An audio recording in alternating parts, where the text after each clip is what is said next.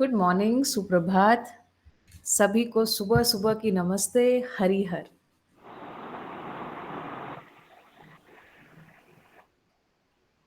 आज हमारे साथ बहुत सारे लोग हैं जिनके हमें परिचय लेने हैं, है ना। तो मैं सोच रही हूँ आज हम किससे मिलते हैं। हरि ओम आर्या जी, है ना। भैया अगर संभव हो तो आपका वीडियो ऑन कर लीजिए। नमस्कार जी। नमस्कार। मैं हरिओम गाजियाबाद से जुड़ता हूँ जी और अच्छा। विद्या से लगभग 2006 से जुड़ा हुआ हूँ। बेसिकली बुलंदशहर डिस्ट्रिक्ट से आता हूँ और सोम भैया जी के जो मामा जी हैं उनके थ्रू जुड़ा हुआ हूँ। अच्छा, अच्छा, अच्छा, भारत भूषण त्यागी जी। जी ओके, जी। बहुत बढ़िया। क्या काम करते हैं भैया? अभी अपना बिजनेस है इवेंट का, तो इवेंट मैनेजमेंट तो दिल्ली एनसीआर में ये एक बिजनेस करते हैं उसके। इवेंट मैनेजमेंट, बढ़िया। तो आपका तो खूब सहयोग मिलेगा ना, क्योंकि बहुत सारी इवेंट्स करनी है ना। मैं ये जी भी जी देखती हूँ, गजब मुझे लगता है एक तैयारी चल रही है व्यवस्था में, है ना, जी जी सतत एक तैयारी चल रही है। तो जी जी कल हम राजेश रामाणी जी से बात कर रहे थे और वो स्कूलों में जाकर के काम कर रहे हैं, आपको इवेंट्स का ज्ञान है। काम जी बहुत जल्दी होने वाला है, मुझे लगता है ना। जी जी। बढ़िया। क्या बात है भैया, और बताइए कुछ, है ना, दर्शन में क्या बात आपको भा गई है ना। कहाँ से कैसे ये यात्रा, आध्यात्मिक यात्रा जो है वो आपकी कैसे जीवन विद्या तक पहुंचाई? जी। बेसिकली सबसे पहले मेरे चाचा जी थे जो जीवन विद्या से जुड़े हुए थे, काफ़ी पुराना पहले उनका अध्ययन दर्शन से था। तो बाबा जी दरअसल यहाँ पे भी जो भारत भूषण त्यागी जी हैं इनके इनके यहाँ पे भी कई बार आ चुके थे। तो हम्म। उनसे फिर उन्होंने कहा कि एक ऐसी कुछ चीज़ है, अगर तो एक बार देखेगा तो अच्छा लगेगा। तो फिर मैं जाने लगा धीरे धीरे। फिर एक सोम भैया का शिविर किया पहले, तो उसके हम्म। बाद भी जाना हुआ। तो परिचय शिविर मैंने ज़्यादा किए हैं, 5-6 परिचय शिविर किए हैं। तो हम्म। बस सुख की तलाश में, एक जो मेन चीज़ है सुख, उसकी तलाश में ही निकल पड़े थे। हाँ, और यहाँ आए तो पता चला कि समाधान से कम में सुख होगा नहीं, है ना। जी और पहला हिस्सा है वैचारिक समाधान। बिल्कुल। तो वैचारिक समाधान के लिए अध्ययन जो है वो प्रस्तावित है ना। जी बढ़िया। तो इस क्रम में, है ना, जन संवाद की श्रृंखला के साथ हम लोग यहाँ पर हैं और बिल्कुल कहानी धरती की, है ना भैया। चलिए हम लोग, मुझे लगता है वीडियो शुरू करते हैं, है ना। बिल्कुल। आज हम लोग रेगिस्तान के बारे में जानेंगे। रेगिस्तान कैसे इस धरती पर जो व्यवस्था है उसमें क्या अपना योगदान दे रहा है ना, कैसे पूरक होता है। पूरकता जानते हैं क्या है? पूर्व स्थितियों की तैयारी जो है वो है पूरकता।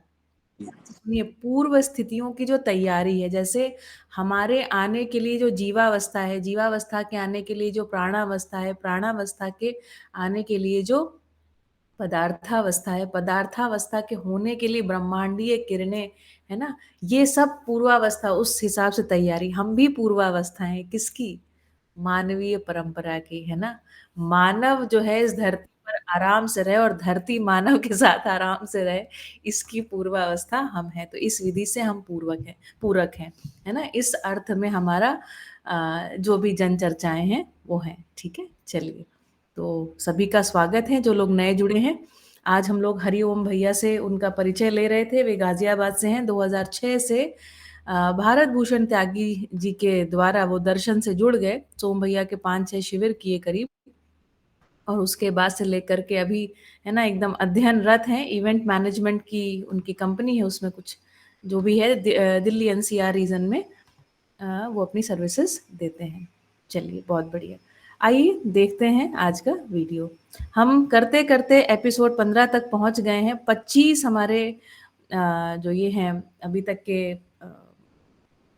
एक सेकेंड, 25 हमारे सत्र हो चुके हैं और एक जो है वो हमारा विशेष जो सत्र है वो भी हो चुका है। तो हम अपने जो हमने संकल्प लिया है 200 सेशंस का, उसके 1/8, है ना, उस हिस्से तक ऑलरेडी पहुंच गए हैं। चलिए आइए देखते हैं।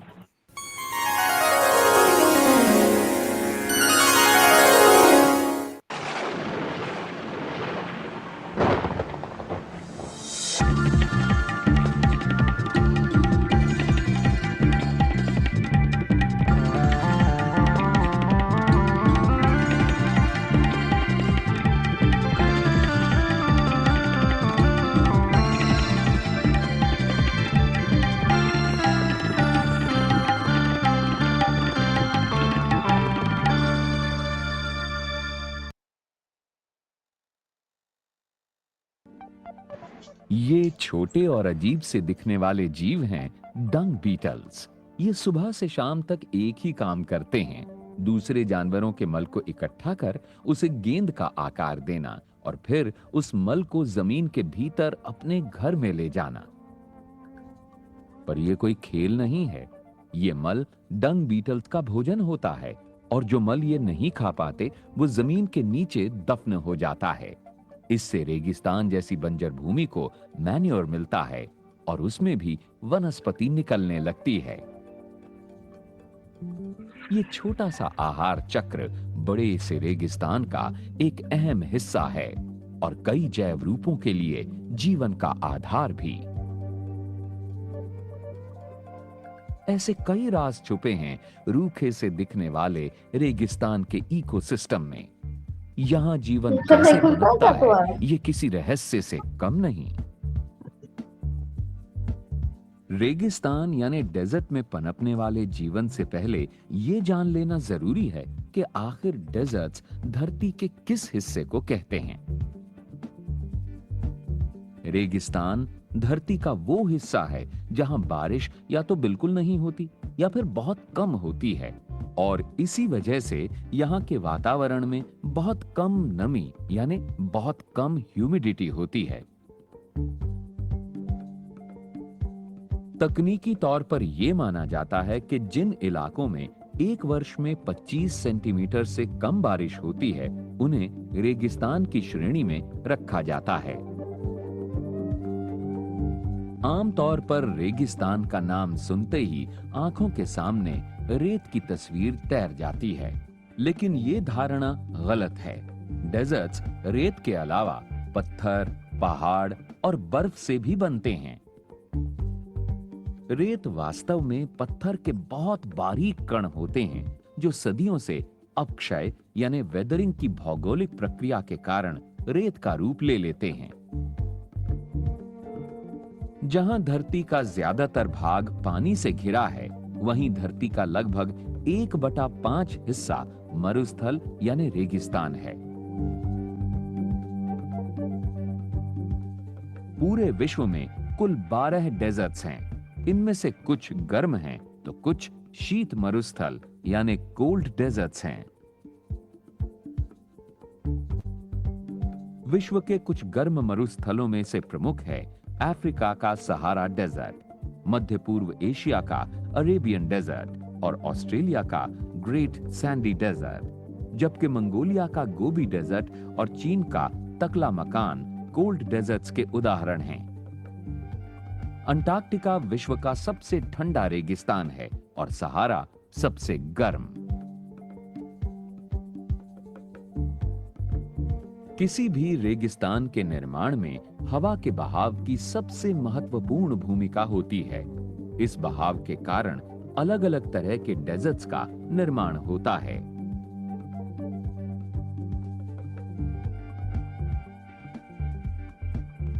समुद्र से पानी इवेपोरेट होकर वाष्प का रूप ले लेता है और जब ये वाष्प धरती की ओर बढ़ती है तो रास्ते में वातावरण की नमी को सोख लेती है।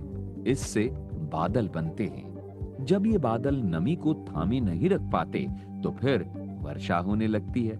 जैसे जैसे हवा धरातल से अंदर की ओर आती है तो वो शुष्क होती जाती है। यही कारण है कि अंदर के क्षेत्र बिल्कुल सूखे रह जाते हैं और वो रेगिस्तान कहलाते हैं। और ये होते हैं continental deserts. Arabian desert continental deserts का एक उदाहरण है। अब हम बढ़ते हैं रेन शैडो डेजर्ट्स की ओर। कुछ जगहों पर ऊंचे पहाड़ों के कारण वर्षा करने वाली हवाएं नहीं पहुंच पाती। जब पानी इवेपोरेट यानी वाष्पित होकर वाष्प का रूप ले लेता है तो हवा उसे धरातल की ओर ले जाती है। जब यह हवा रास्ते में किसी पर्वत से टकराती है तो ये उठकर फैल जाती है और फिर ठंडी हो जाती है। क्योंकि गर्म हवा की तुलना में ठंडी हवा कम नमी थामे रख सकती है, तो कंडेंसेशन के कारण ये हवा पर्वत की विंडवर्ड साइड यानी पवनाभिमुख क्षेत्र में वर्षा करती है। इस कारण विंडवर्ड साइड में हरियाली देखने को मिलती है। वर्षा होने के बाद हवा शुष्क हो जाती है। ये हवा फिर पर्वत के दूसरी ओर आती है। ये पर्वत का लीवर्ड यानी पवनाभिमुख भाग होता है। बारिश की कमी के कारण यहाँ एक मरुस्थल का निर्माण होता है और इसे रेन शैडो डेजर्ट कहते हैं। लद्दाख इसी का एक उदाहरण है। अफ्रीका का सहारा हाई प्रेशर डेजर्ट का एक उदाहरण है। इस तरह के रेगिस्तान ट्रॉपिक्स में पाए जाते हैं। सहारा की तरह स्थिति अंटार्कटिका में भी है। यहां भी वर्षा एक साल में 25 सेंटीमीटर से कम होती है, लेकिन ये बारिश ज्यादातर बर्फ के रूप में होती है। अंटार्कटिका को कोल्ड ओशन करंट डेजर्ट कहते हैं। यहां समुद्री धारा लगातार एक गोलाई में घूमती रहती है। यहां हवा शुष्क होती है और यही वजह है कि यहां बारिश नहीं होती। चाहे वो ठंडे मरुस्थल हों या गर्म, सभी डेजर्ट्स में इरोजन का यानी क्षरण का असर पड़ता है। ठंडे रेगिस्तान में जितनी भी वर्षा होती है वो रात को बर्फ में तब्दील हो जाती है और ऐसा खास तौर पर सर्दियों में होता है। जब पानी पत्थर की छोटी छोटी दरारों में जाता है तो वो पानी ठंडा होकर फैल जाता है। इससे दरारें और चौड़ी होती हैं और पत्थर टूट जाता है। इस प्रक्रिया को पूरा होने में काफी समय लगता है, पर कमजोर पत्थर आसानी से टूट जाते हैं। गर्म रेगिस्तान में यह प्रक्रिया और भी धीमी होती है। दिन के समय में पथरीली सतह काफी गर्म होकर फैल जाती है। रात के दौरान ये सतह उतनी ही तेजी से ठंडी होकर सिकुड़ भी जाती है। लगातार इस फैलाव और सिकुड़न से पत्थर की सतह कमजोर होकर टूटने लगती है और यही पत्थर के टुकड़े वर्षों बाद टूट टूट कर रेत में तब्दील हो जाते हैं। किसी भी क्षेत्र में वहां के पेड़ पौधे तापमान को नियंत्रित रखने में मदद करते हैं। उदाहरण के लिए टेम्परेट डेसिडियस फॉरेस्ट में काफी तादाद में पेड़ होते हैं। इस कारण यहाँ के वातावरण में काफी नमी होती है। ये नमी वास्तव में इवेपोरेशन के दौरान पेड़ों से वाष्पीकृत हुए जलवाष्प के कण होते हैं। ये जल कण वायुमंडल में नमी के रूप में तैरते रहते हैं। नमी सूरज की रोशनी को परावर्तित करने के साथ उसे अवशोषित भी करती है। रात के वक्त ये नमी एक कंबल की तरह काम करती है, जिससे ये गर्माहट को जंगल में ही संजोए रखती है। इस कारण डेसिडुअस फॉरेस्ट में दिन और रात के तापमान में ज्यादा विषमता नहीं होती। इसके ठीक विपरीत रेगिस्तान के वातावरण में तापमान को थामे रखने के लिए नमी की मात्रा लगभग 10 से 20% ही होती है। इसका कारण है यहाँ वनस्पति का न के बराबर होना। रेगिस्तान में जैसे जैसे सूरज ढलता जाता है, वैसे वैसे वातावरण का तापमान भी कम होता जाता है। इसी वजह से डेजर्ट्स में दिन के वक्त काफी गर्मी होती है और रात को काफी ठंड होती है। भारतीय उपमहाद्वीप के लगभग 7% हिस्से में रेगिस्तान फैला हुआ है। पश्चिमी राजस्थान का थार मरुस्थल और गुजरात में कच्छ का रण गर्म रेगिस्तान के उदाहरण हैं। वहीं जम्मू कश्मीर में लद्दाख और हिमाचल प्रदेश में लाहौल स्पीति ठंडे रेगिस्तानों में गिने जाते हैं। गर्म थार में सिर्फ रेत के टीले ही नहीं, बल्कि यहाँ झाड़ियों से भरी पहाड़ियां भी होती हैं और इनकी ऊंचाई 300 मीटर से भी ज्यादा है। थार की मिट्टी या तो रेतीली होती है या फिर बंजर, और इसका कारण है आसपास के इलाकों में चट्टानों का टूटना और कोस्टल एरिया से उड़कर आए रेत के कण। क्योंकि थार की मिट्टी काफी समय तक सूखी रहती है, तो इस वजह से यहाँ विंड इरोजन का खतरा ज्यादा होता है। रेतीले इलाकों में हवा के बहाव के साथ रेत के कण भी एक जगह से दूसरी जगह बढ़ते हैं। इसे सैंड ड्यून शिफ्टिंग कहते हैं। कई बार रेत आसपास की उपजाऊ भूमि के ऊपर जम जाती है, जिससे कृषि के लिए परिस्थितियां बहुत मुश्किल हो जाती हैं।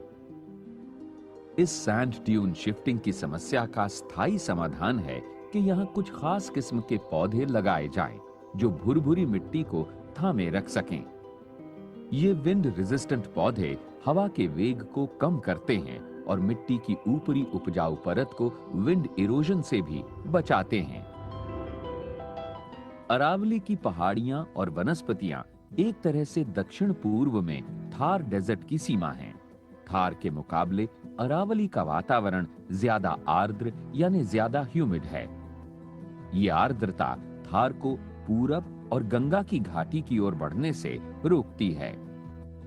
रेगिस्तान में अत्यंत गर्मी और सर्दी के कारण आवास की विविधता तो रहती ही है, साथ ही साथ यहाँ कई प्रकार के जैव रूप देखने को भी मिलते हैं। रेगिस्तान के सभी पेड़ पौधों और जीवों ने यहाँ की परिस्थितियों के अनुसार स्वयं को ढाल लिया है। रेगिस्तान में उगने वाले पौधे सूखे और लवणीय मिट्टी में पनपते हैं। इन पौधों को ज़ेरोफाइट्स कहते हैं। ये पौधे अपने पत्तों, जड़ों और तनों में पानी इकट्ठा करते हैं। इनकी जड़ें बहुत लंबी होती हैं ताकि जरूरत के वक्त जमीन के भीतर मौजूद पानी को सोखा जा सके। इन पौधों में छोटे और कांटेदार पत्तों का होना भी अडैप्टेशन है, जैसे कि कैक्टस में। अन्य कई पौधों में पत्ते या तो काफी कम होते हैं या फिर बिल्कुल भी नहीं होते। पौधों में जितने कम पत्ते होंगे उतना ही कम पानी उनसे ट्रांसपिरेशन के दौरान इवेपोरेट होगा। क्योंकि पत्तों के न होने से कम सरफेस एरिया हवा और सूरज के संपर्क में आएगा, तो ऐसे में पौधे में फोटोसिंथेसिस स्टेम यानी पौधे के तने से होता है। जानवरों में ऊंट डेजर्ट अडैप्टेशन का सबसे बेहतरीन उदाहरण है। ऊंट को रेगिस्तान का जहाज भी कहा जाता है, क्योंकि उसमें ऐसी कई खासियतें होती हैं जिनकी वजह से वो रेगिस्तान की कठिन परिस्थितियों में भी जिंदा रह सकता है। ऊंट का कूबड़ यानी हम्प फैटी टिश्यूज का भंडार होता है। मेटाबॉलिज्म के दौरान ये फैट पानी और ऊर्जा में तब्दील हो जाता है। यही कारण है कि ऊंट रेगिस्तान में बिना खाए पिए 5 से 7 दिनों तक रह सकता है। कूबड़ यानी हम्प में लगभग 36 किलो फैट जमा हो सकता है। जैसे जैसे फैट की खपत होती है, वैसे वैसे कूबड़ का आकार भी कम होता जाता है। ऊंट के शरीर में स्वेट ग्लैंड्स नहीं होते। इसी वजह से मॉइस्चर यानी नमी उसके शरीर से धीरे धीरे निकलती है। ऊंट के नॉस्ट्रिल्स यानी नासिका की खास बात यह है कि सांस छोड़ते समय जलवाष्प का एक बड़ा हिस्सा उसके नाक में ही रह जाता है। इससे रेस्पिरेशन के दौरान पानी का नुकसान कम होता है। ऊंट अपनी प्यास पानी के साथ साथ रेगिस्तान की रसदार वनस्पति को खाकर भी बुझाता है। प्यास लगने पर एक ऊंट 10 मिनट में लगभग 114 लीटर पानी पी सकता है। ऊंट की लंबी लंबी टांगें उसके शरीर को गर्म रेत से दूर रखने में मददगार साबित होती हैं। ऊंट की चाल और चौड़े पंजों की वजह से ऊंट के पैर रेत में नहीं धंसते। ऊंट की लंबी पलकें, कान के बाल और पूरी तरह से बंद हो सकने वाली नाक रेत को शरीर में घुसने से रोकते हैं। रेतीले थार के विपरीत है गुजरात का रण ऑफ कच्छ। रण मुख्यतः सॉल्ट फ्लैट से बना हुआ है, पर यहां विस्तृत घास के मैदान और कटीली झाड़ियां भी पाई जाती हैं। मॉनसून के समय रण बारिश के साथ साथ अरब सागर के खारे पानी से भी भर जाता है। समुद्र का पानी तेज हवा और टाइड्स की वजह से यहां तक पहुंच जाता है। छोटे और बड़े रण में लगभग एक जैसी वनस्पति ही पाई जाती है। और इनमें प्रमुख हैं यहाँ की कांटेदार झाड़ियां जो अत्यंत गर्मी और खारे पानी दोनों ही विषम परिस्थितियों में पनपने के अनुकूल हैं। रण का यह अनोखा इकोसिस्टम कई तरह के पक्षियों का आवास भी है। थार और रण जैसे गर्म रेगिस्तानों के विपरीत ठंडे डेजर्ट्स में परिस्थितियां बहुत अलग हैं। लेह लद्दाख और लाहौल स्पीति के कोल्ड डेजर्ट्स भारत के आर्कटिक कोल्ड डेजर्ट्स हैं। ये क्षेत्र ऊंची ऊंची पर्वत श्रृंखलाओं, विशाल चट्टानी दीवारों और बर्फ के लिए जाने जाते हैं। ये शीत मरुस्थल हिमालय के लीवर्ड साइड में आते हैं। भारत के कोल्ड डेजर्ट्स की जलवायु पर हिमालय का गहरा प्रभाव पड़ता है। हर साल अरब सागर से आने वाली नमी युक्त हवा भारत में वर्षा करती है। उत्तर भारत में हिमालय की वजह से ही वर्षा होती है। ये हवा जब ट्रांस हिमालयन रीजन में पहुंचती है तब तक ये सूखी और ठंडी हो जाती है। अतः शीत मरुस्थल के सूखे होने का कारण है समुद्र किनारे से इनकी दूरी और इनके बीच की ऊंची ऊंची पर्वत श्रृंखलाएं। कोल्ड डेजर्ट्स के जीव जंतु और वनस्पति यहाँ के ठंडे वातावरण, कम नमी और ऊंचाई के अनुसार ढल गए हैं। गर्मियों के दिन कम और साथ ही कम नमी युक्त हवा के कारण कोल्ड डेजर्ट्स में ज्यादा पेड़ नहीं होते। यहाँ की वनस्पति गर्मी के थोड़े ही दिनों में अपना जीवन चक्र पूरा कर लेती है। कोल्ड डेजर्ट्स में ज्यादातर जानवर मौसम के अनुसार भोजन और बेहतर जीवन की तलाश में घूमते रहते हैं। ये जानवर गर्मियों के दौरान एल्पाइन घास की खोज में ऊंचे ऑल्टीट्यूड्स पर चले जाते हैं और सर्दियों में नीचे आ जाते हैं। कोल्ड डेजर्ट्स में आबादी काफी बिखरी हुई होती है। हवा के कम दबाव और प्राकृतिक जंगलों के अभाव में यहाँ जीवन के लिए परिस्थितियां बहुत मुश्किल हैं। पर पिछले कई वर्षों में इन इलाकों में बहुत विकास हुआ है। सड़कों के निर्माण से यातायात बेहतर हुआ है। इस वजह से उद्योग और पर्यटन के क्षेत्रों में भी यहाँ विकास हुआ है। लेकिन अनियोजित विकास के कारण कोल्ड डेजर्ट्स के सीमित संसाधनों पर दबाव भी बढ़ गया है। कोल्ड डेजर्ट्स की तरह थार के रेगिस्तान में भी इंसान और जानवर दोनों की आबादी बहुत बढ़ गई है। थार में जलापूर्ति की वजह से यहाँ बहुत खेती शुरू हुई है, लेकिन दुनिया के इस सबसे ज्यादा आबादी वाले रेगिस्तान में अत्यधिक पशुओं के चराए जाने से यहाँ की स्थानीय वनस्पति नष्ट हो रही है। इस कारण थार की मिट्टी का इरोजन बढ़ गया है और रेगिस्तान के फैलने का खतरा भी। इसे डेजर्टिफिकेशन कहा जाता है। आइए अब आपको रूबरू कराते हैं थार के पश्चिमी किनारे पर बसे एक छोटे से गांव खिचन से। पहली नजर में तो खिचन भी राजस्थान के अन्य गांवों जैसा ही लगता है, जहां लोग अपने रोजमर्रा के कामों में जुटे हुए हैं। पर खिचन दुनिया भर में अपने एक मेहमान की वजह से मशहूर हो रहा है और ये मेहमान हैं डेमोसिल क्रेन्स, जो हर साल कड़ाके की ठंड से बचने के लिए सर्दियों के महीने में यूरेशियन प्लेन्स से खिचन की ओर माइग्रेट करते हैं। खिचन का इन क्रेन्स के साथ एक खास रिश्ता बन गया है। हर साल यहां आने वाले इन क्रेन्स की संख्या में 10 से 15% की वृद्धि हो रही है। गांव वाले इन पक्षियों और इनके हैबिटेट को पूरी तरह से सुरक्षित रखते हैं। सर्दियों के महीने में हर रोज लगभग 800 किलो अनाज इन क्रेन्स का भोजन बनता है। गांव वालों के लिए इन डेमोसिल क्रेन्स का यहां आना मानो अब एक आम बात है। इस देखभाल के बदले खिचन के वासियों को भी इन क्रेन्स से फायदा मिलता है। इन डेमोसिल क्रेन्स की बीट खिचन की रेतीली मिट्टी को उपजाऊ बना रही है, जिससे यहाँ अब खेती शुरू हो गई है। डेमोसिल क्रेन्स यहाँ बहुत तादाद में आते हैं और लगभग 6 महीने तक रहते हैं। इस कारण मिट्टी को भारी मात्रा में बीट के रूप में पोषक तत्व उपलब्ध होते हैं। प्राकृतिक प्रक्रियाएं और डंग बीटल्स जैसे जीव इस बीट को जमीन में दफनाने में सहयोग देते हैं और इससे मिट्टी की गुणवत्ता में तेजी से सुधार आ रहा है।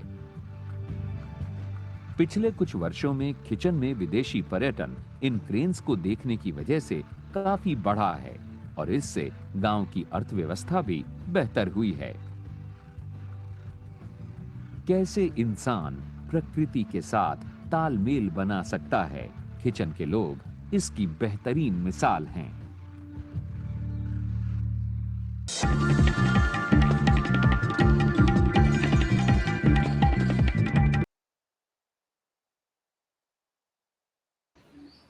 क्या बात है। नए जुड़े सभी लोगों का स्वागत।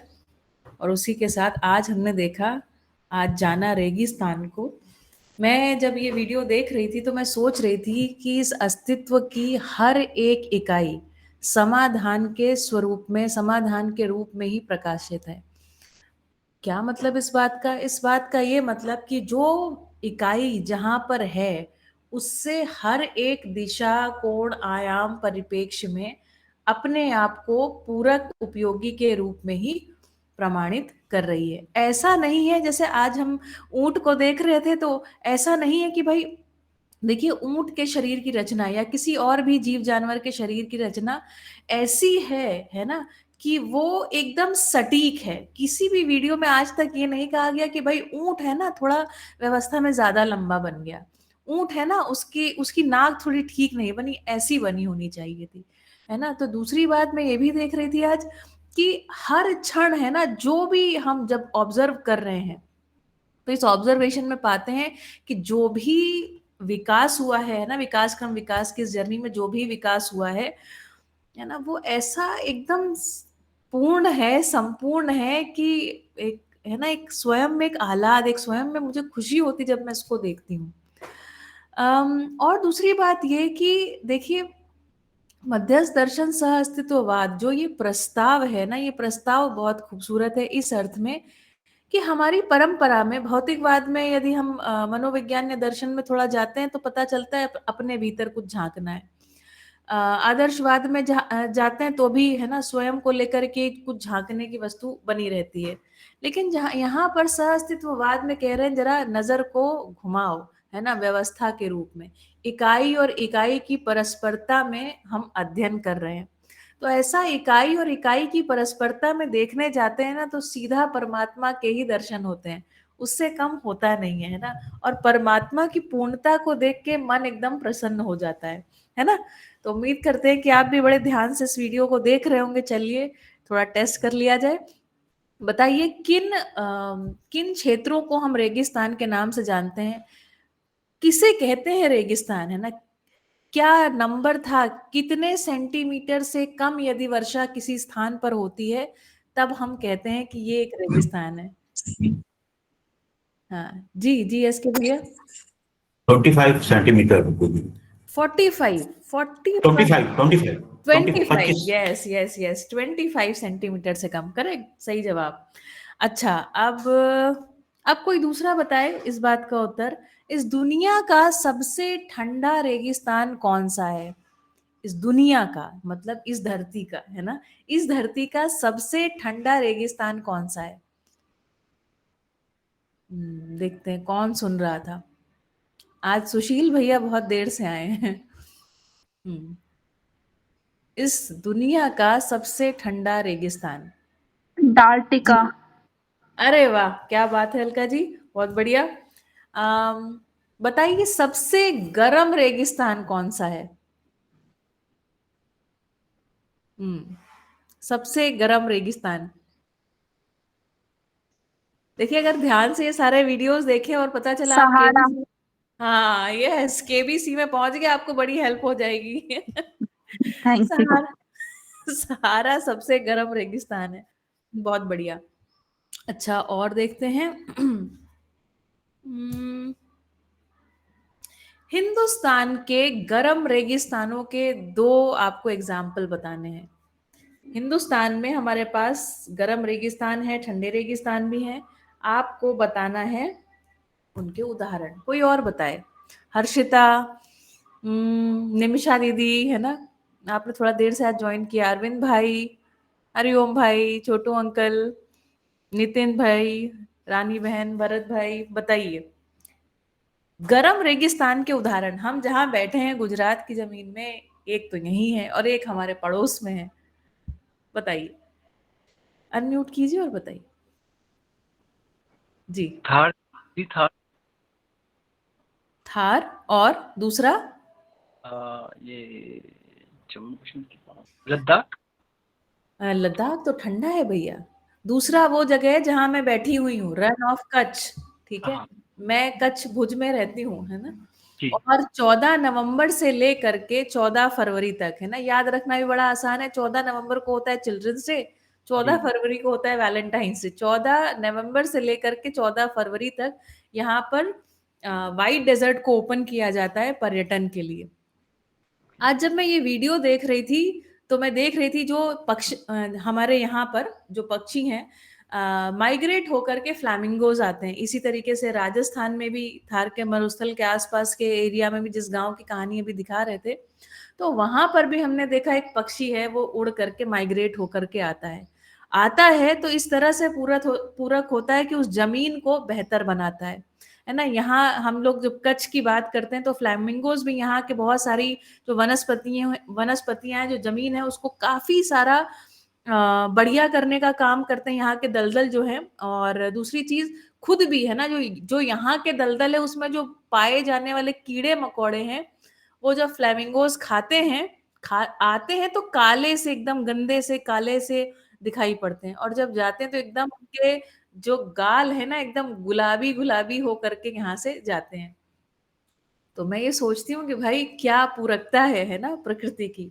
और देखिए, जो कोई भी पक्षी है ना, वो एक जगह से उड़ करके दूसरी जगह आ रहा है, प्रयोजन विहीन उसका उड़ना भी नहीं है ना। किसी भी इकाई का कोई भी कार्यक्रम प्रयोजन विहीन आपको दिखाई नहीं पड़ेगा। तो आज मैं ये भी सोच रही थी कि भाई देख लो, है ना, एक एक इकाई को देख लिया जाए। चलिए, ठंडे रेगिस्तान के नाम बताइए जी। ठंडे रेगिस्तान कौन से हैं? 2 के नाम इस आज की हमारी वीडियो में बताए गए थे, बताएं। ठंडे रेगिस्तान, कोई भी अपने आप को अनम्यूट कीजिए और बताइए। एक तो हरिओम भैया बोल ही गए थे अभी। दीदी गोबी डेजर्ट एक तो है, एक चाइना वाला, उसका नाम मुझे नहीं क्लिक याद आ रहा वापस। हाँ, अच्छा कोई बात नहीं। विलास भाई, अब आप ये बताइए हिंदुस्तान के 2 ठंडे डेजर्ट के नाम बता दीजिए। लद्दाख करेक्ट। और स्पीति और करेक्ट, लाहौल स्पीति। लाहौल लाहौल स्पीति। बिल्कुल, बहुत बढ़िया बढ़िया विलास भाई। ठीक है।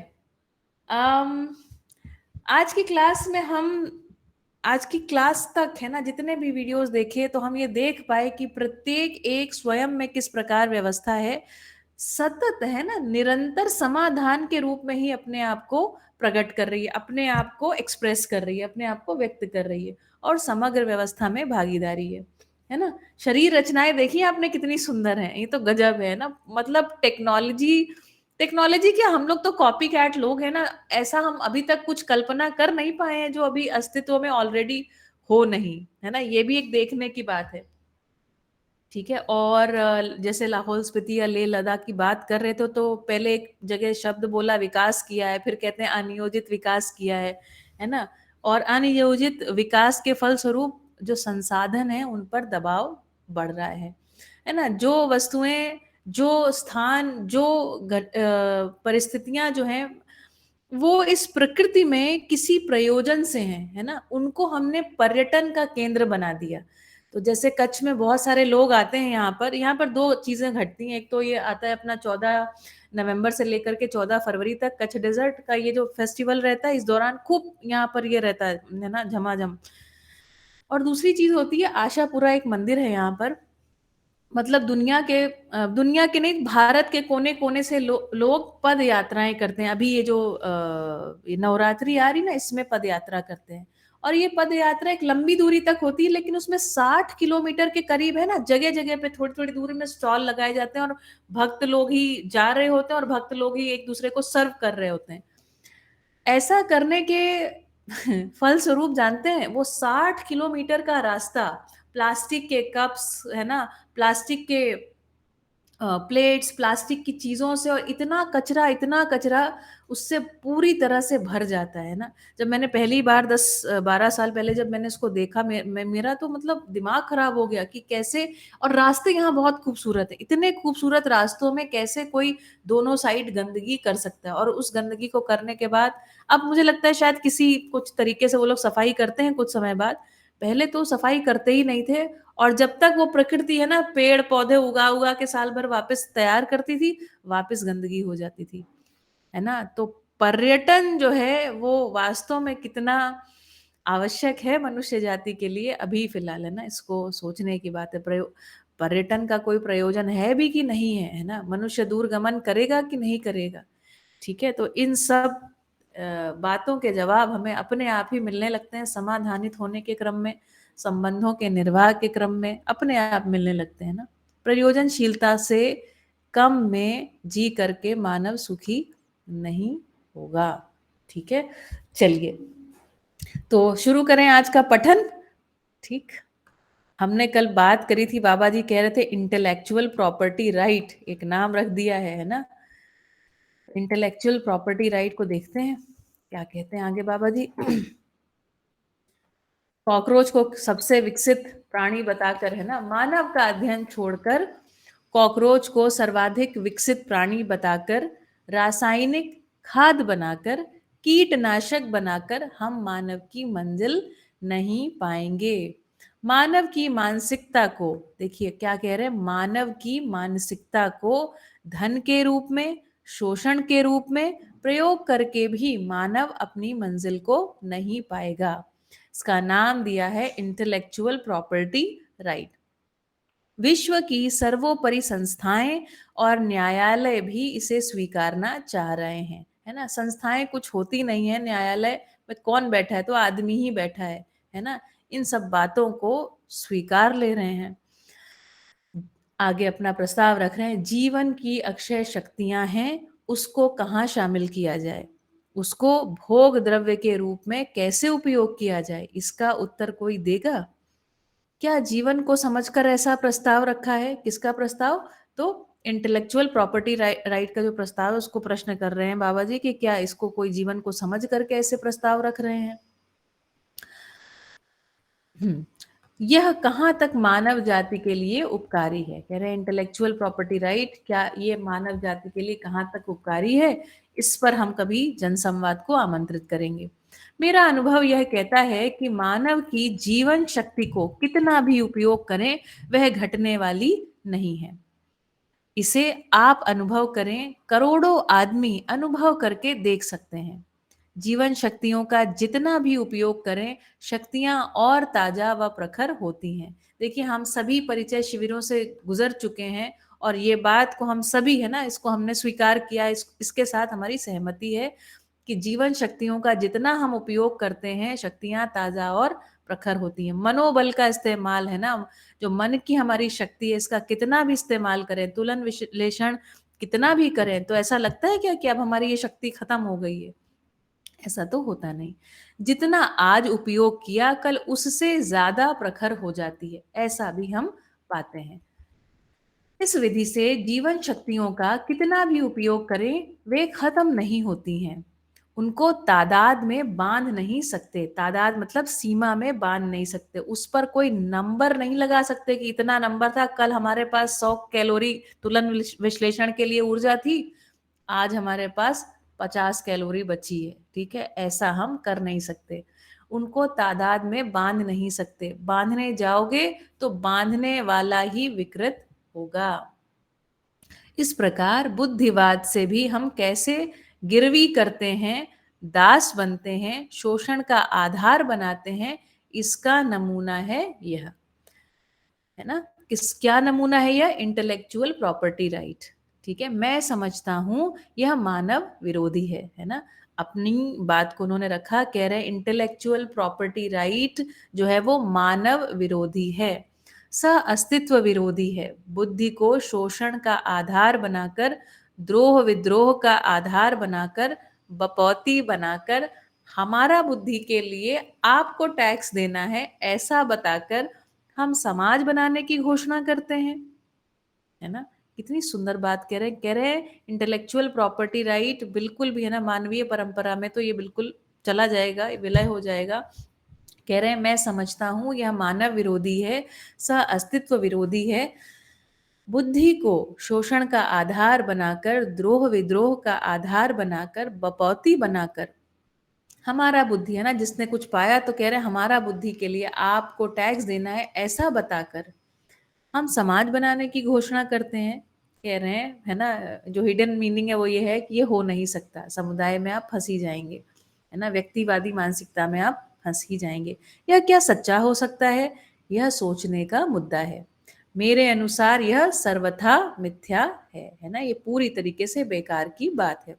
बुद्धि को कोई सीमित किया नहीं जा सकता और सब मानवों की बुद्धि अक्षय है, इसलिए उसे सीमा में, पुस्तकों में बांधा नहीं जा सकता। हम जितने वाङ्मय लिखा हूं उससे भी बहुत बड़ा मैं स्वयं को अनुभव किया हूं, है ना। कह रहे हैं जितना भी हमने लिखा है, जितना भी मैं कह पाया हूं, जितना भी मैं लिख पाया हूं, उससे भी बहुत बड़ा मैं स्वयं को अनुभव किया हूं। तो क्या चीज को अनुभव किया हूं? अक्षय बल संपन्नता, है ना, जो हमारी क्रियाएं हैं, जो बौद्धिकता है वो कैसी है, बांध नहीं सकते इस विधि से। कह रहे हैं हम इसको बहुत बड़ा मैं स्वयं को अनुभव किया हूं। ठीक है, जितने भी यंत्र बने हैं उससे मैं बड़ा हूं, मानव जाति बड़ा ही है ना। सीधा सतर्क है। बनाने वाला कौन? तो बनाने वाले से तो बड़ा नहीं हो जाएगी कोई वस्तु। मानव ने ही सब किताबों को लिखा है और सब किताबों से बड़ा हर मानव है। यहाँ पर आए बिना हम अपनी सद्बुद्धि को प्रयोग करेंगे, यह हमको दिखता नहीं। इन सब चर्चाओं से शायद सोचने पर सब अपने में औचित्यता को स्वीकार कर सकते हैं, है ना। क्या कह रहे हैं? इन सब चर्चाओं से, ये जितने भी इन्होंने बिंदु बताए, अभी इंटेलेक्चुअल प्रॉपर्टी के बात कर रहे थे, इंटेलेक्चुअल प्रॉपर्टी राइट के ऊपर कह रहे थे कि ये सर्वथा मिथ्या बात है, ये बात गलत है ना। इन सब चर्चाओं से शायद सोचने पर सब अपने में औचित्यता को स्वीकार करते हैं। स्वीकारने के क्रम में यही अंतिम बात आती है कि हमको समझदार बनना है। समझदार बनने में कोई तकलीफ नहीं है, नासमझी के प्रयोग में ही तकलीफ है। ठीक है, देखिए, एक तरफ हम कहते हैं हम सब सुखी होना चाहते हैं, सुखी होने के लिए समाधानित होना, समझदार बनना, है ना, ये एक रास्ता है। समझदार बनने के क्रम में कोई दुख दिखता नहीं है, लेकिन हमारी मूर्खता देखिए कि हम नासमझी के सारे प्रयोग करते रहते हैं और विरोधाभास में सुखी होने का प्रयास, सुखी होने की कुछ इच्छा कामना भी बनी ही रहती है। तो पूरा जो अभी धरती की स्थिति है ना, वो नासमझी का प्रयोग ही हर जगह कर रहे हैं। जैसे अभी लेह के बारे में बताया, लेह और स्पीति में जो विकास समझ के कुछ कर दिए हैं, तो वो क्या है? नासमझी का प्रयोग ही कर लिए हैं, जिसके फलस्वरूप संसाधनों के ऊपर दबाव बन रहा है। आगे कह रहे हैं, देखिए, यह धरती अपने में एक है, इसको हम खंड प्रखंड में बांटकर हम राष्ट्र के रूप में देखते हैं। धरती कैसी है? अखंड, है ना। धरती के तो हम है ना, केक कटिंग तो कर नहीं सकते उसकी, तो इसको लेकिन हमने क्या किया? सीमाएं हमने मान ली हैं, है ना। पेपर पे एक लाइन खींच देते हैं, है ना, और यहाँ पर एक बाउंड्री बांध देते हैं, है ना। तो कह रहे हैं ये इस विधि से जो खंड प्रखंड में बांटकर इसको हमने कह दिया, इस यहाँ तक इंडिया, इसकी जरा एक अगला कदम रखोगे तो पाकिस्तान, यहाँ तक ये है और इसके आगे दूसरा कोई राष्ट्र, ऐसा कह रहे हैं, ऐसा नहीं, ऐसा देखना नहीं है। अभी लेकिन ऐसी स्थिति है कि इसको हम खंड प्रखंड में बांटकर राष्ट्र का नाम दे दिया है। इतना ही नहीं, उन हर एक खंडों के चारों ओर सेना खड़ी कर देते हैं। देखिए हमारा जो जन बल है उसका मिसयूज है ना, उसका दुरुपयोग किस रूप में कर रहे हैं। एक तो हमने ऐसी कल्पना कर लिया कि बांट लेते हैं, अपना अपना राष्ट्र बना लिया। जो हमारे पास जन बल है ना, आप कल्पना कीजिए कि हमारे सभी देशों के लोग है ना, कितने लोग होंगे जो सेना में प्रत्यक्ष और परोक्ष रूप से कार्यक्रम में जुड़े हुए हैं, है ना। प्रत्यक्ष मतलब सामने एक तो जाके खड़े हैं, है ना, पूरा जो उनका सिस्टम है। दूसरे परोक्ष रूप से मतलब उनके लिए कपड़ा सिल रहे हैं, उनकी यूनिफॉर्म सिल रहे हैं, उनके लिए और चीजों का उत्पादन कर रहे हैं, है ना। उत्पादन कार्य में तो वो लोग लगे नहीं हैं जो सेना में काम कर रहे हैं, तो उनके खाने पीने के लिए भी बहुत लोग उत्पादन कर रहे हैं। इस विधि से उन लोगों पर भी दबाव पड़ रहा है और ऐसी विधि से जमीन पर भी दबाव पड़ रहा है ना। जैसे हम अधिक उत्पादन के लिए रासायनिक खादों का फिर इस्तेमाल करते हैं, बहुत सारी मशीनरी का इस्तेमाल करते हैं, लेकिन अगर वास्तव में लोग उपलब्ध हो जाएं तो कितना मजा आ जाए। ठीक है, तो इतना ही नहीं, उन हर एक खंडों के चारों ओर सेना खड़ी कर देते हैं, जब चाहे तब हाथापाई करते हैं, झड़प करते हैं। धरती तो टुकड़ा टुकड़ा हो नहीं सकता, होने के पश्चात कोई बच भी नहीं सकता उसको टुकड़ा ही मानकर, जबकि वह टुकड़ा नहीं है ना। भ्रम की पराकाष्ठा देखिए, उसको टुकड़ा ही मानकर क्या हम सच्चाई करते हैं, यह एक सोचने का मुद्दा है ना। तो सोचने के मुद्दा दे रहे हैं, सोचने का मुद्दा मतलब जनसंवाद का मुद्दा। हमारा झूठ कैसे घर किया है इसका उदाहरण है यह। हमारा झूठ कैसे घर किया है मतलब कैसे दिमागों में बैठ गया है, इसका उदाहरण है यह। दूसरा मिसाल, मानव को अलग अलग करने के लिए रंग और नस्ल के आधार पर हमने सोचा, जैसा जानवरों में होता है। मैं इस पहले वाली लाइन को फिर कहती हूँ, हमारा झूठ कैसे घर किया है इसका उदाहरण है यह, है ना। देखिए टुकड़ा टुकड़ा मान लिया और वो लोग जो वहां पर जाकर के खड़े हुए हैं उनको हम क्या करते हैं, सलाम ठोकते हैं। ठीक है, उनका खूब महिमा मंडन करते हैं, है ना। और ऐसी एक मानसिकता तैयार हो इसलिए 26 जनवरी 15 अगस्त को परेड से लेकर के दुनिया भर के कार्यक्रम करते हैं, है ना। अपने हम जिस सोसाइटी में रहते हैं, मैं बिल्कुल एयरफोर्स के ठीक पास में रहती हूँ, तो यहाँ पर जो एयरफोर्स या दूसरे और भी बहुत सारी मिलिट्री के जो भी वो रहते हैं वो सब आसपास ही हैं सब। पुलिस का भी कोई बड़ा इधर कोई है, SRPF वालों का भी कुछ है, ऐसा सब है, आजू बाजू ही है। तो हमारी सोसाइटी में वो लोग उन्हीं जगहों पर काम करने वाले काफी सारे लोग रेंट में रहते हैं। वो अपने बच्चे को बताते रहते हैं कि तुमको अपने पिताजी से अधिक बड़े पोस्ट पर जाना है ना। तो ठीक है, हमारा झूठ कैसे घर किया है इसका उदाहरण है ये, है ना। मरने मारने के लिए खूब तैयार करते हैं अपने बच्चों को, है ना। ऐसे गाने बनाए जाते हैं जिसमें लगता है कि हाँ, देश के लिए अपनी जान गंवा देना यही जो है देशभक्ति है। जबकि वास्तव में देशभक्ति क्या होगी इस पर हम जनसंवाद नहीं किया हमने कभी, है ना। एकदम भाव विभोर हो उठते हैं जब कोई सेना का जवान, है ना, आप न्यूज़पेपर को देखिए, है ना, जब आता है तो एक तिरंगा उड़ाया जाता है और ऐसे वीडियोस व्हाट्सएप से लेकर के हर जगह आपको दिखाई पड़ते हैं और एकदम सलामी होती तो लगता है हाँ यही जिंदगी थी जो देश के नाम हमने क्या कर दी, सुपुर्द कर दी। तो ये सब देखिए, हमारा झूठ कैसे घर किया है इसका उदाहरण है यह। आगे जनसंवाद के लिए बता रहे हैं, दूसरा मिसाल, मानव को अलग अलग करने के लिए रंग और नस्ल के आधार पर हमने सोचा, जैसा जानवरों में होता है। हम सब एक आइडेंटिटी को इस आधार पर हम निश्चित किए, ये कह रहे हैं। दूसरी मिसाल कह रहे हैं, इसका भाव जो है वो मूर्ता है। दूसरी दूसरी मूर्ता ये है कि मानव को अलग अलग करने के लिए रंग और नस्ल के आधार पर हमने सोचा, जैसा जानवरों में होता है। यह कैसी बुद्धिमत्ता है। मानव का मूल्यांकन समझदारी के आधार पर होता है, ना कि नस्ल और रंग के आधार पर। इसको हम पहले भी अच्छी अच्छी घटनाओं के रूप में देख चुके हैं, है ना। बाबा जी की बात करने का, बात कहने का तरीका बहुत सार्कास्टिक, बहुत व्यंग्यात्मक कहीं कहीं पर हो जाता है। जैसे कह रहे हैं अच्छी अच्छी घटनाओं का फिर उदाहरण देख रहे हैं, दास युग का विरोध, राज युग का विरोध, है ना। एक तो दास युग था और उसके बाद कितना लंबा विरोध। सोचिए आज से 100 साल पहले कोई किसी को गुलाम बना लेता था, गुलामों की खरीद फरोख्त हो जाती थी। जिस एक मैंने ओपरा विनफ्रे का इंटरव्यू देखा था जिसमें वो बता रही थी कि उसने एक डॉक्यूमेंट है, कोई नोटबुक थी, उसको बहुत पैसे दे करके खरीदा। उसमें क्या था, उसने बोला कि जैसे जानवरों, जैसे किसी के पास कितने जानवर हैं उसका एक रजिस्ट्रेशन होता था ना, इसी आधार पर किसी व्यक्ति के पास कितने गुलाम हैं, उस जानवर और गुलाम एक ही श्रेणी में लिखे जाते थे, है ना, तो उसकी वो प्रॉपर्टी होती थी, ऐसा। तो कहती है कि वो अपने इंटरव्यू में, हालांकि उसने कहा कि मैं उसको हर रोज पढ़ती थी और ऐसा पढ़ने के फलस्वरूप मेरे अंदर एक एनर्जी आती थी जिसके फलस्वरूप हम कुछ काम करते थे। खैर, आप ही देखिए, 100 वर्ष पहले जो स्वीकृत था उसको एक समय में मानव ने कहा ये बात ठीक नहीं है ना। और उसके बाद उसका उन्होंने विरोध किया, और विरोध करने के फलस्वरूप आज आप में से किसी को अगर कहा जाए कि चलिए हम आपको अपना गुलाम बना लें, स्वीकार होता है क्या? और आपको ये भी स्वीकार नहीं होता कि आप किसी को गुलाम बना लें, है ना।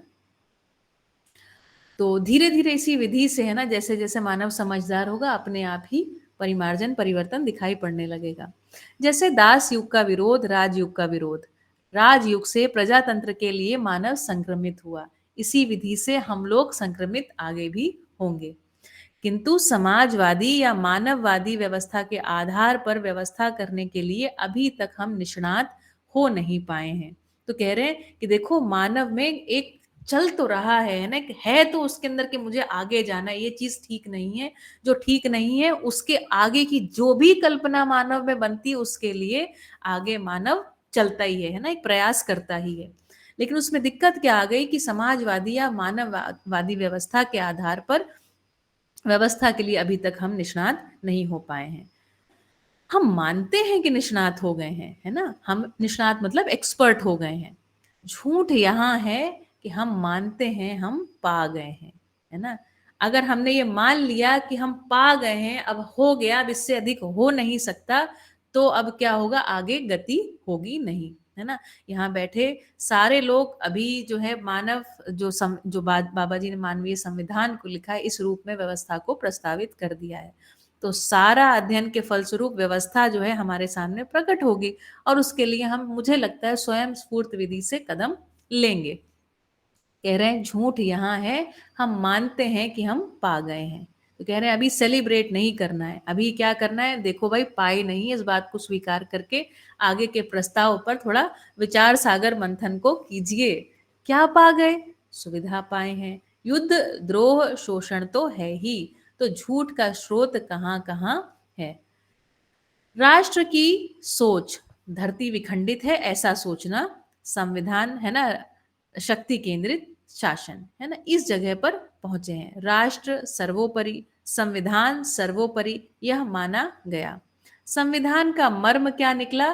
तो शक्ति केंद्रित शासन, है ना, लोगों के ऊपर नियम कुछ लागू कर दिए जाएं, जो नियम का पालन ना करे उसके लिए दंड की व्यवस्था हो, है ना। दंडित करने से, है ना, ये डंडा उठाने से दंडित करने की जो विधि है, इस विधि से मानव में शासन हो सकता है, नियंत्रण तो नहीं हो सकता, संतुलन तो नहीं हो सकता, है ना, न्याय तो नहीं हो सकता।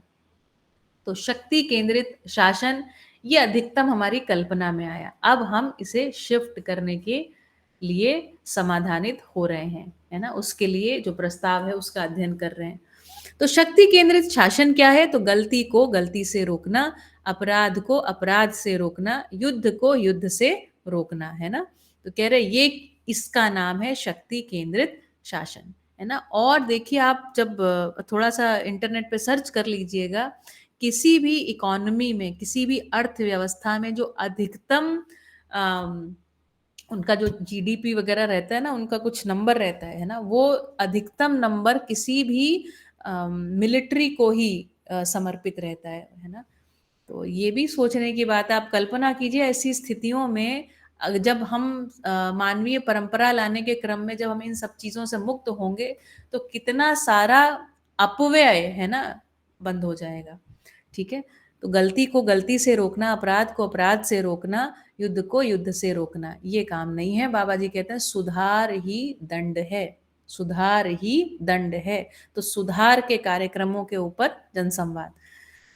सामान्य सुविधाओं का उपक्रम भी कुछ संविधानों में किया गया है। जिसमें यह सोचा गया कि सबके पास पैसा हो तो वह जी लेगा, लड़ लेगा, है ना। लेकिन अब पैसे के साथ ऐसा है कि किसी के पास कम ज्यादा सदा सदा बना रहेगा। संघर्ष पूर्वक ही जीना है, संघर्ष से ही अस्मिता बना रहता है, यही सब घोषणा करते हैं, है ना। सर्वाइवल के लिए, है ना, अडेप्ट होना, कहते हैं कि भाई ऐसा ही है ना, जैसा देश वैसा वैसा भेष कर लो भाई, है ना, ऐसा सब समझाते ही रहते हैं।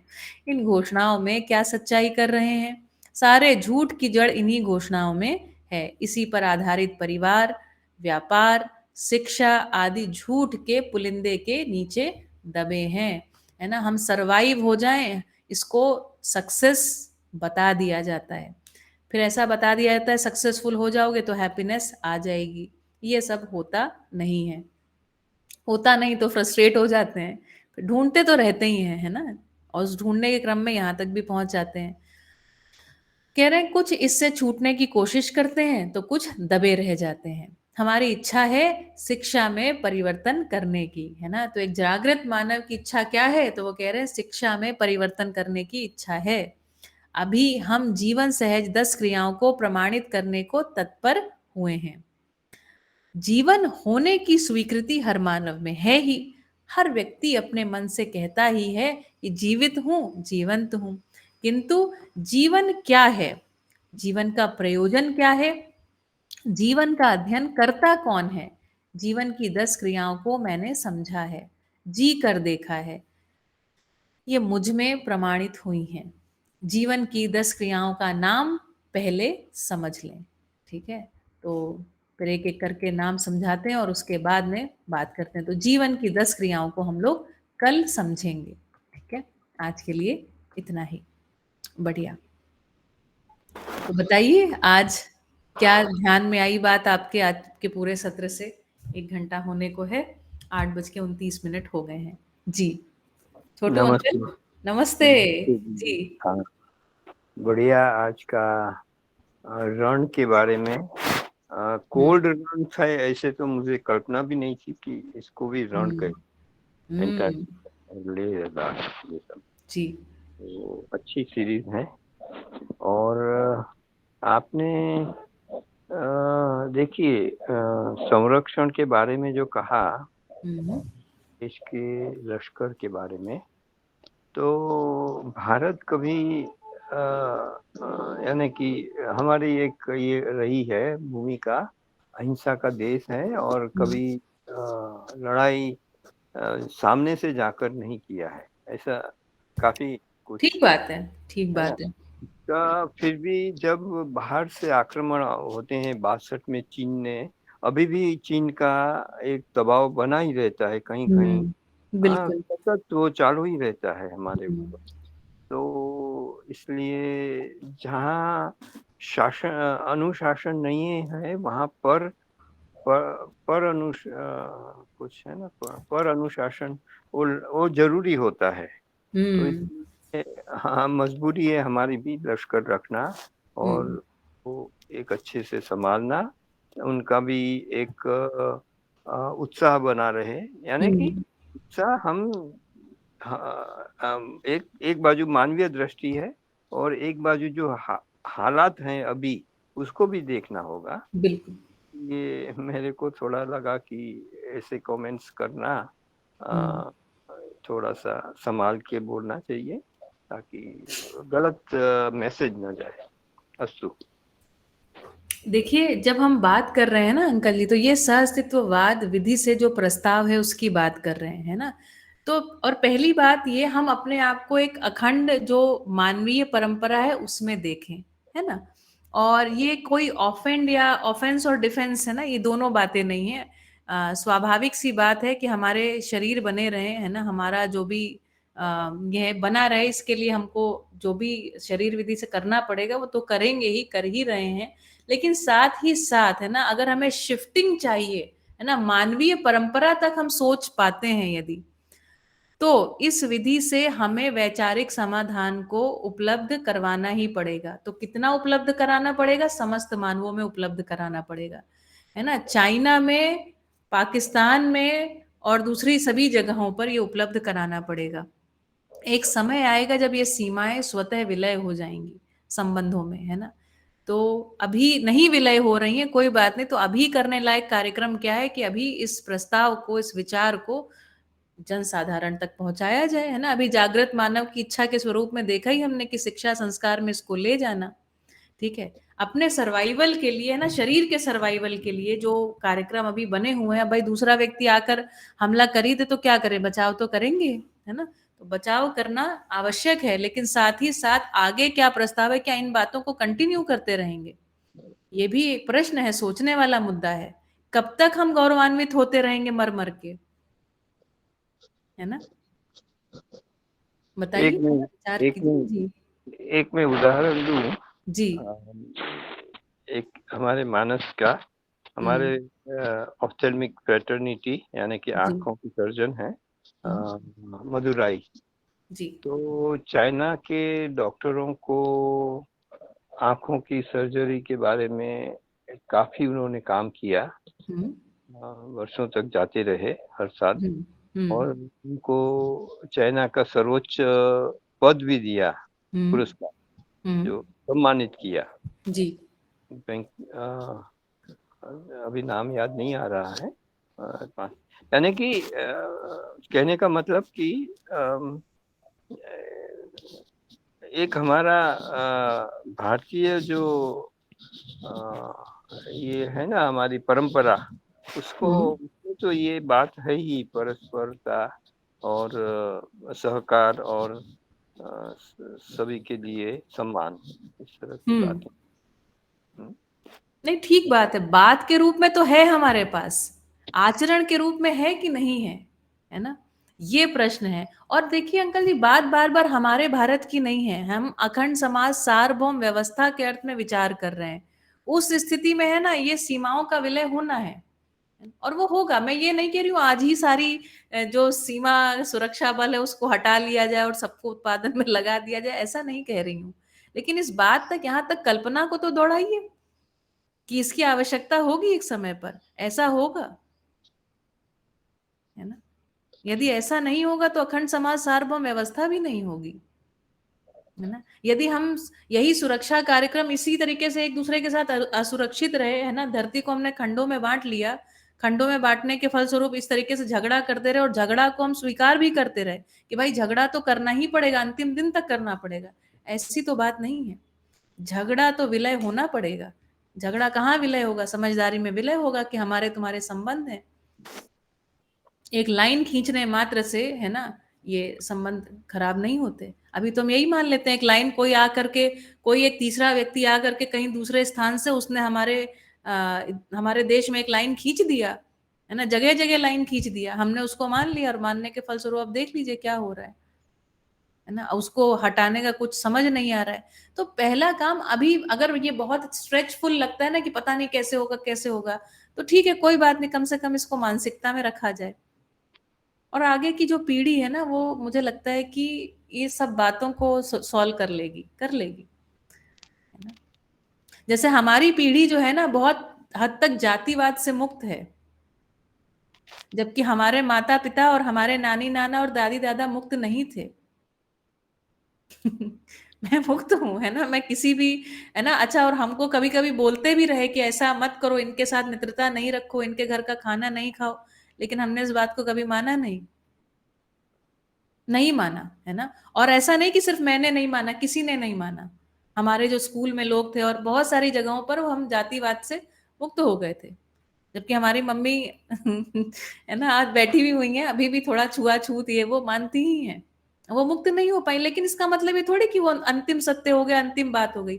आगे की पीढ़ी नहीं माना। अभी जो हमारे में जो भी समस्याएं हैं, हम मान लो नहीं मुक्त हो पा रहे, तो कोई बात नहीं, आगे वाली पीढ़ी मुक्त हो जाएगी, क्योंकि विचार तो पूरा दे उनके सामने, प्रस्ताव के रूप में बात तो पूरी रखी जाए, वो मुक्त हो जाएंगे। और हमारा जब आगे पुनर्जन्म होगा तो हमको वो मुक्त परंपरा मिलेगी, हम भी मुक्त हो जाएंगे, है ना। ठीक है, चलिए, बहुत बढ़िया। तो मुझे लगता है ठीक है, आज का सत्र बढ़िया रहा। अच्छा, एक छोटा सा अनाउंसमेंट है, सुरेंद्र पाल भैया जी को हम इस साप्ताहिक विशेष सत्र के लिए आमंत्रित करने वाले हैं, लेकिन शुक्रवार को उनकी अनुकूलता नहीं होने के कारण उन्होंने मैंने ही ऐसा प्रस्ताव रखा कि हम बुधवार को कर लेते हैं, हम तो फ्लेक्सिबल हैं। ठीक है, तो कल हमारा विशेष सत्र रहेगा सुरेंद्र पाल भैया जी के साथ, सुबह 7:30 से, थोड़ा सा वो लेट चलता है, 9 बजे तक चलेगा। ठीक है, तो बढ़िया, आप और लोगों को भी आमंत्रित कर सकते हैं, ग्रुप में जोड़ सकते हैं, और वे भी इस अध्ययन सत्र का लाभ ले सकते हैं। कल फिर से हम एक बार बात करेंगे कि अध्ययन प्रक्रिया में जो आने वाले पड़ाव हैं, है ना, एक अध्ययनकर्ता के रूप में वो किस है ना परिमार्जन या चेंजेस से गुजरे, है ना, और उनकी क्या उन्होंने क्या सीखा, है ना, इन सब को लेकर के बातें करेंगे। और बाबा जी के साथ बिताए गए उनके जो पल थे उनका एक स्मरण भी करेंगे, और क्या, है ना, और ऐसे ही बस धीरे धीरे समझते जाएंगे, और एक समय अखंड समाज सार्वभौम व्यवस्था स्थापित होगी। ये आशा, ये उम्मीद, ये हौसला हम सब में है ही। ठीक है, तो इसी के साथ आपका दिन शुभ हो, मंगल हो, सभी को हरिहर। धन्यवाद। नमस्ते, हरिहर।